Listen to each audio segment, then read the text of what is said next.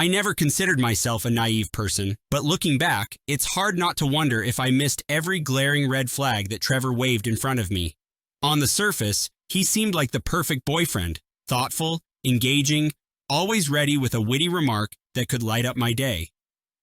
The first few weeks of our relationship were a blissful haze of late-night text messages, spontaneous adventures, and genuine laughter. I thought I had stumbled upon something rare and wonderful. Slowly, though, I began to notice the peculiar way he reveled in making other people feel uncomfortable. At first, it was just juvenile bathroom humor, silly jokes about bodily functions that I dismissed as harmless immaturity, but it didn't stop there. One evening, while I was sitting next to him on my sofa, he leaned in, belched loudly, and immediately burst into laughter. I tried to laugh it off, but the odor was overwhelming and my discomfort was obvious. Instead of apologizing, he seemed delighted by my reaction. I remember thinking, well, maybe that was just one weird moment, something he won't do again. But in the days that followed, he made it a habit to do it repeatedly, often in front of my friends, who found it appalling. Whenever I tried to tell him how disrespectful it felt, he shrugged and said I was being overly dramatic. What I couldn't quite see then was how deeply entrenched his need for control and humiliation was. I soon realized that farting joined his repertoire of rude behaviors. He'd wait for the most inopportune moments, like when I was sitting cross-legged on the carpet tying my shoe, and then he'd sidle up behind me and release a loud, foul burst of gas. He'd laugh so hard that tears gathered in his eyes, and I'd be left feeling both disgusted and strangely powerless. Perhaps I rationalized his actions at first, telling myself he just had a warped sense of humor, but part of me sensed that his disrespectful stunts were more sinister. My friend Lucy even pulled me aside one day, warning me that I deserved better, but I brushed it off. After all, Trevor could be unbelievably sweet when he wanted to be, bringing me breakfast in bed, offering to drive me to work on rainy mornings, whispering that he loved me whenever I doubted myself. Those gestures confused me, convincing me that his vile antics were just an odd quirk. Yet, the tension in my gut only grew. I began dreading any time he'd come over, bracing myself for the next humiliating moment. The more I asked him to stop, the more he mocked my pleas. "Babe, you're so uptight," he'd say, rolling his eyes as if I were a humorless nag. I felt isolated, unsure if I was overreacting, but deep down, I knew I couldn't keep living like that. Eventually, I hit a breaking point, deciding that my own dignity mattered more than any fleeting affection he. For weeks, I rehearsed how I would end things. I pictured myself sitting him down in my living room, calmly explaining how his behavior had eroded my trust, my confidence, and my willingness to keep trying. Yet, every time I worked up the nerve, he'd switch back into the charming guy I'd once adored. It messed with my head, making me doubt whether I was overreacting. Then came the Saturday afternoon I'll never forget. Trevor and I were on my couch, watching some mindless reality show, when he suddenly leaned in and belched inches away from my nose. I felt the rumble vibrate through my skin, followed by that nauseating smell. I snapped. I jumped off the couch and shouted for him to leave.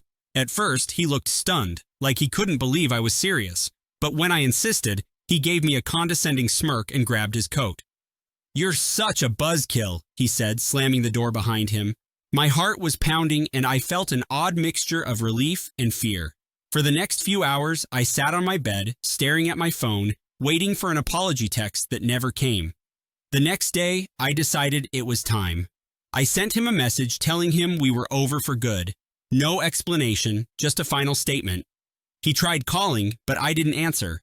I thought that was it, that maybe he'd just vanish from my life. I was so terribly wrong. Days passed without incident, and I tried to convince myself that maybe, just maybe, he'd taken my words to heart. I focused on reclaiming my space, rearranging furniture, decluttering shelves, and throwing out anything that reminded me of him. Lucy came over one night to celebrate my newfound freedom with cheap wine and trashy movies. We laughed ourselves to tears at the ridiculous plot twists on screen, genuinely enjoying each other's company. But around midnight, the doorbell buzzed in a frenzied rhythm. My heart lurched. Lucy mouthed, "Who is it?" as I crept toward the door. Peeking through the peephole, I saw Trevor standing there, his hood pulled low over his face, eyes wild. A surge of dread spilled through me. I told Lucy to stay back while I opened the door a crack. The moment Trevor saw me, his voice broke into a slurred rant about how he wasn't ready to let me go, how I owed him another chance, and how I was being unfair. The smell of alcohol wafted off him. Fear twisted my stomach, but I tried to stay calm, telling him to leave before I called the cops. That's when he shoved the door open, nearly knocking me off my feet. Lucy rushed forward, trying to push him back, and he grabbed her arm, flinging her against the wall with a sickening thud. I screamed. He turned to me, rage flickering in his eyes, and in that instant, I realized how little I truly knew about. I scrambled to dial 911, but Trevor was quicker. He snatched my phone and hurled it across the room. Lucy groaned, trying to sit up, her eyes unfocused, a streak of blood smearing her forehead. I felt trapped, cornered by a man whose charming exterior had dissolved into raw violence. He started pacing, his movements jerky, mumbling incoherent accusations. I tried reasoning with him, promising I'd talk things through, but he only laughed, a hollow, menacing sound. He lunged at me, gripping my arms so tight I thought I'd bruise instantly. In a flash of desperation, I brought my knee up, hoping to stun him long enough to get away. He stumbled back, letting out a curse that echoed through the apartment. Lucy seized the moment. She crawled toward the couch, grabbed my spare phone from the cushions, and managed to punch in the emergency number. Trevor noticed her fumbling with the device and rushed forward, but I jumped between them. He smacked me across the face, sending a burst of pain through my cheek. For a split second, everything went black. When my vision returned, I heard Lucy sobbing into the phone, shouting our address. Trevor realized what was happening and backed away, as if he knew the police would be here soon. His gaze flickered between Lucy and me, a strange mix of rage and regret crossing his features. That was the moment he began ranting about how none of this would have happened if I'd just done. The sirens sliced through the night moments later. Trevor backed away from both of us, running his hands through his hair as though he couldn't decide whether to keep fighting or flee. Lucy's grip on the phone went slack, relief and terror mingling on her features. My cheek throbbed, and I tasted blood where my lip had split. When the police burst in, guns drawn, Trevor threw his hands in the air. He started babbling about how everything was a misunderstanding. I stood there trembling, one arm cradling Lucy's shoulders, unable to form coherent words.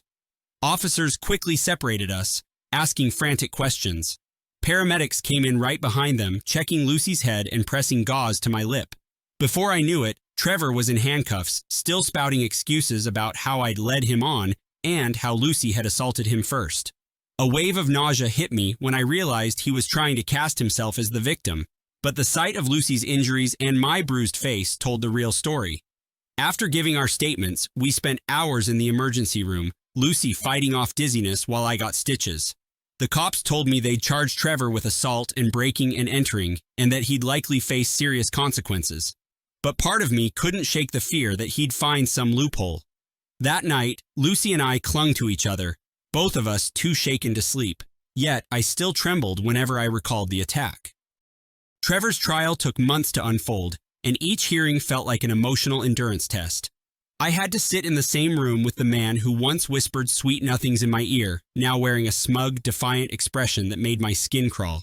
Lucy testified about the assault, describing in painful detail how he had flung her against the wall. My own testimony revolved around the mounting abuses, his purposeful belching, his vile farts, the way he twisted my discomfort into amusement. The defense tried to argue that Trevor's actions were just pranks gone wrong. But the photos of Lucy's injuries and the bruises on my arms spoke volumes. Even then, he seemed indifferent, as though the proceedings were a nuisance that interfered with his life. Each time we left the courthouse, I felt emotionally drained, haunted by the knowledge that someone I had loved could stoop to such cruelty. Outside, Lucy and I would hold hands, reminding each other that we were doing the right thing by testifying. On the final day, the jury found him guilty on charges of assault, trespassing, and harassment. When they read the verdict, I caught a flicker of something in Trevor's eyes, maybe shock, maybe regret. But it vanished so quickly, I couldn't be sure. The judge sentenced him to time in prison, though not nearly as long as I'd hoped.